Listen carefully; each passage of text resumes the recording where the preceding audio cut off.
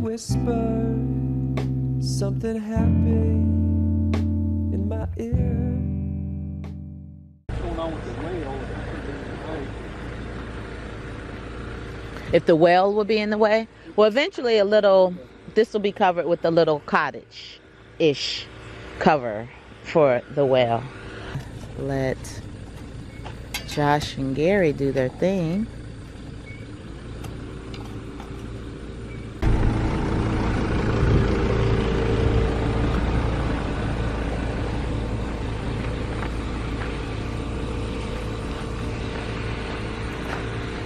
It was much smaller than I thought. Really? Yeah. Now, let me do some pumpkin. Let me do that. Let me check in the road and see. I've done some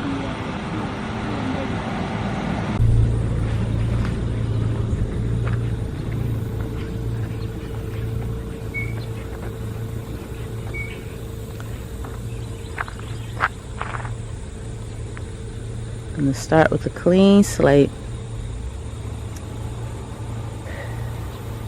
Yep.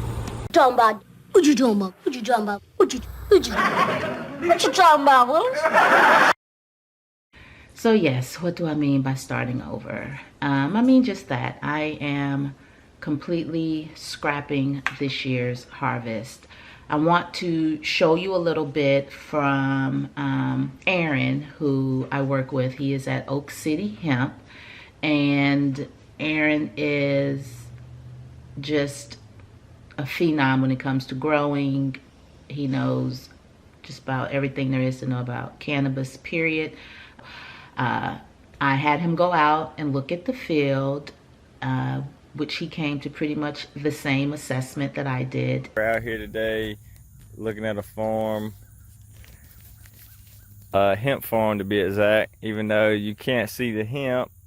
So yeah, this is pretty much what you get when you neglect the field. It's obvious neglect. You want to see the full video, I'll be sharing that on my Patreon account, so I'll leave that down below. You can join Patreon. I recently started that, where I give more of an in-depth and personal view of what's going on. My dog is back there just scratching for his life. He has allergies. Solo, of course. But yeah. So I did create the Patreon account for that. I'll still share information here on YouTube, but if you really want to get into it, Patreon is where to go. Yeah, so essentially the field was neglected, and I take responsibility for that. Let me tell you why I take responsibility for that.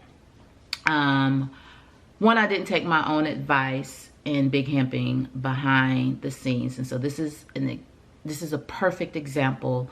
If you have purchased big hemping, if you have not, definitely look into it. It's a great course, basically sharing how I got to this point. And let me just put the pros out there. First of all, I'm a licensed hemp farmer, hemp grower. I have a license to process when the business gets to that stage. I have land. I own land now.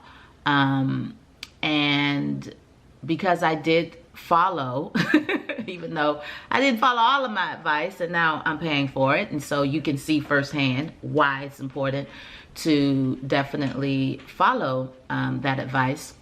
But I know more now than I ever did, and the reason is because I have to rely on myself now. And where I messed up was I allowed personal issues to have an impact on business, and I'll go more into that on Patreon. But basically, you know, it was a situation where in some regards people wanted traditional roles where the woman stays in this place and the man stays in this place, but in other regards it wasn't traditional. Like I funded it. I was funding it. That's my money. that I put into that field that's gone for the majority of that money came out of my efforts. And so I'm taking, I'm taking the financial hit, but because I did follow some of my own advice, I'm not losing anything that's going to send me into the poorhouse, which is why I don't go with those people who are like, get into cannabis so you can get rich quick. I don't deal with those type. I tell people up front, you do this thing right, you can get rich quicker. You can get rich quicker, but there are people who are literally losing their farms because they jump in too quickly and don't learn from others' mistakes, which is why I share my mistakes with you so you don't fall down those same holes. Yeah, so I allow personal issues and, even though I was and am the CEO trying to navigate and not create more static on the home front. And so when it was like, well, you don't come out to the farm too often, I backed off because it was already, hectic enough around here, and the tension was already there, and I needed to be at that farm because, I can't allow anyone else who has, this is just period when it comes to business. It relates to anyone. It's not in regards to one specific person, but it's just a general practice. When it comes to your business, you have to stay in front of things, and you have to make sure you are making the decisions that need to be made, and you're making sure that the standard of excellence that you expect to come from your brand, that your consumers, your clients, your customers, whoever expects from you, is upheld at all times. And if you're a woman in this industry, which is male dominated, you got to stand your ground. And I didn't always stand my ground, and because I didn't stand my ground, that's why my ground got neglected. You got to water your own flowers. You literally do. And you also have to know enough. You may not be an expert in every single thing, but you have to know enough so you know when the things that need to be done are being done. And so I have been having a crash course, you all. Like, I am learning, I am soaking. The universe is just providing me all kind of people who are experts, and I am grabbing on and out there getting dirty and taking care of my land. So I mean, it's a learning process, right? And I decided to I don't even want those seeds out there, just scrap the whole thing, and I'm starting over. And it's starting over with the vision I have for Green Heifer Farms. And if you haven't watched that video, definitely check it out. I'll put the card up there. It will show you, that video shows you the vision, and it's happening. So if you're interested in continuing to watch the vision, definitely make sure you're subscribed. Make sure you hit the little bell for notifications. If you want more in-depth, more real views of what goes on in building, then please consider Patreon. I'm also working on a few other projects to really help people enter this industry smartly.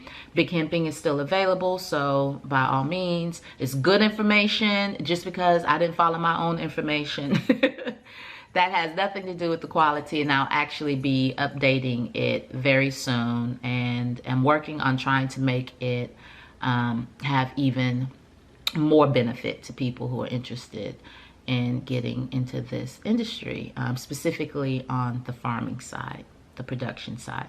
So with that, I'm going to go ahead and I'm going to end this video because this is Sunday, and Sunday I like to spend time with my granddaughter whenever I'm in town or available or not out at the farm, none of which is happening today.